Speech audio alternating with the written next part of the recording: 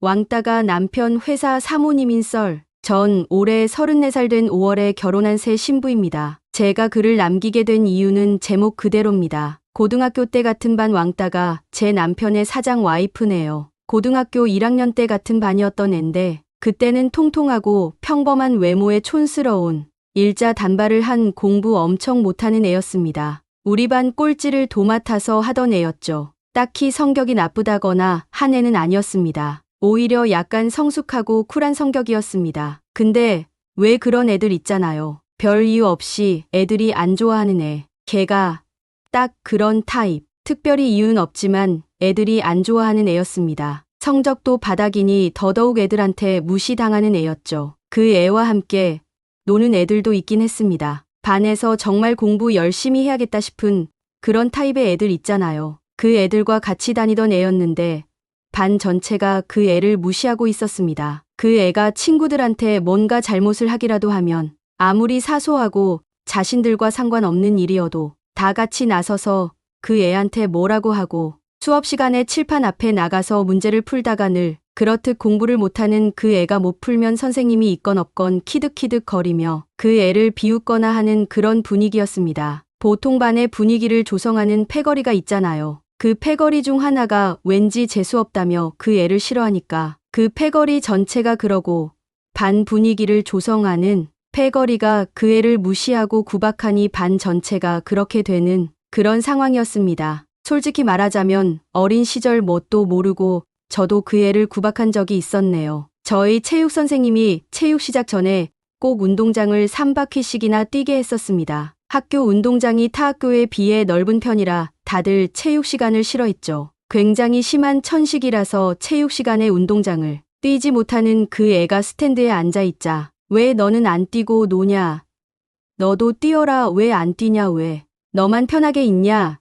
라고 한 적이 있습니다. 물론 아파서 그럴 수 없다는 걸 알고는 있었지만 다들 그 애를 싫어하니 저도 괜히 그래봤었죠. 제가 그런 얘기를 하자 반 애들이 전부 나서서 왜 안 뛰냐 뛰면 죽냐 죽나 안 죽나 한번 뛰어봐라. 그런 식으로 그 애를 다그치곤 했었습니다. 물론 그 애는 뛰지 않았죠. 아프니 못 뛰는 게 당연한데 반 애들은 그래도 안 뛴다며 더 싫어했습니다. 그래도 반 애들이 순해서 아무도 육체적으로 괴롭히진 않았습니다. 그저 말로만 구박하고 무시했던 거죠. 어쨌든 그 애는 한 학기를 그 속에서 버티다가 못 버티겠던지 겨울방학이 오기 전 자퇴했습니다. 그 애가 어떻게 살아가고 있는지는 가끔 그 애와 놀던 애들을 통해 듣기도 했습니다. 검정고시를 봤다는 얘기도 들었고 우리보다 1년 일찍 수능을 쳤다는 얘기도 들었습니다. 그 후로는 그 애를 잊고 지냈습니다. 그렇게 10여 년이 흘러 작은 회사에 다니는 남자친구와 사귀게 되었고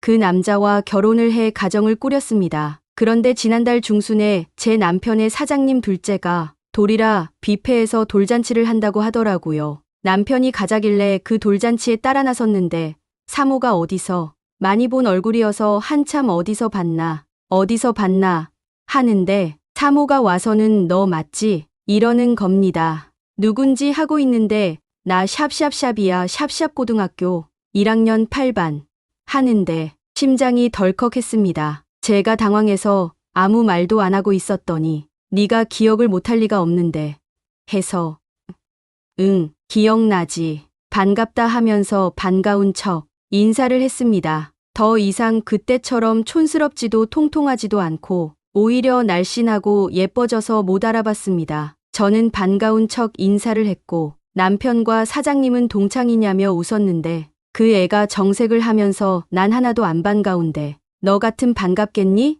이러는 겁니다. 그 애의 반응에 사장님도 당황하고 제 남편도 저와 그 애를 번갈아 쳐다보며 당황하고 밥이 입으로 넘어가는지 코로 넘어가는지 몰라서 제대로 못 먹고 돌아왔습니다. 돌아오는 길에 남편이 사모님이랑 알아? 하길래 고등학교 때 우리 반 왕따였다니까. 남편이 사장님 결혼식에 자기도 갔었는데 신부 측 하객이 사장님 못지않게 많았다고 진짜 왕따였냐고 몇 번을 묻더라고요. 여기까지는 사실 별 문제가 아니었습니다. 전 체육 시간에 딱 한 번 왜 안 뛰고 너만 노냐고 너도 뛰어라 왜 너만 편하냐고 한 번 그랬을 뿐이고 제가 그 말을 꺼내자 구박하고 다그친 건 다른 애들이었지 제가 아니었으니까요. 물론 지병이 있어 못 뛰는 애한테 그런 얘기를 한 건 잘못이지만 다 어릴 때 이야기 아닌가요? 그 애가 너 같으면 반갑겠냐며 정색한 게 마음에 걸리기는 해도 그냥 잊었습니다. 제 남편은 사장님을 존경합니다. 자기와 나이 차도 4살밖에 안 나는데 정말 어른이라고. 큰 회사는 아니지만 직원들의 복리후생에 많이 신경 써준다고. 작은 회사일수록 직원 복지가 엉망인데 사장님은 다르다며 많이 존경하고, 사장님도 제 남편을 많이 아끼셨는데 그 애가 자기 남편한테 어떻게 얘기를 한 건지 돌잔치 이후로 사장님이 제 남편을 많이 쪼아댄다고 합니다. 심지어 그 애가 마치 제가 주도해서 왕따 당했다는 듯이 얘기했는지 사장님이 제 남편한테 체육 시간에 아파서 못 뛴 거 가지고 왕따 시켰다며 이런 얘기까지 했다고 합니다. 자기가 서류를 올리면 부장님이 통과시킨 건데 부장님까지 트집을 잡는다고 합니다. 다른 직원들은 안 그러는데 꼭 자기 서류만 가지고 트집을 잡아서 부장님이 처음에는 사장님이 왜 그러시냐고, 무슨 일 있었냐고 묻고 했는데 이제는 부장님마저 제 남편한테 일 똑바로 하라고 한답니다. 사실 제 남편 고등학교 졸업하고 정말 운 좋게 지금 회사에 들어오게 된 거라서 지금 다니는 회사를 관두면 내 주제에 지금 같은 회사를 어떻게 들어가냐며 수입도 줄고 이런저런 수당도 줄거나 없어지고 할 거라서 맞벌이를 해야 한다고 합니다. 사실 남편이 이직하면 저도 걱정이 되기는 합니다. 저는 체육 시간에 한 번 그런 게 끝이었고 다른 애들이 구박하거나 무시할 때 가담한 적은 그 한 번 외에는 없는데 억울하기도 합니다. 그 단 한 번 그 애한테 실수한 걸 빌기라도 해야 이 상황이 끝이 날까요? 아침에 출근하는 남편 뒷모습에 마음이 아파 잠도 안 옵니다.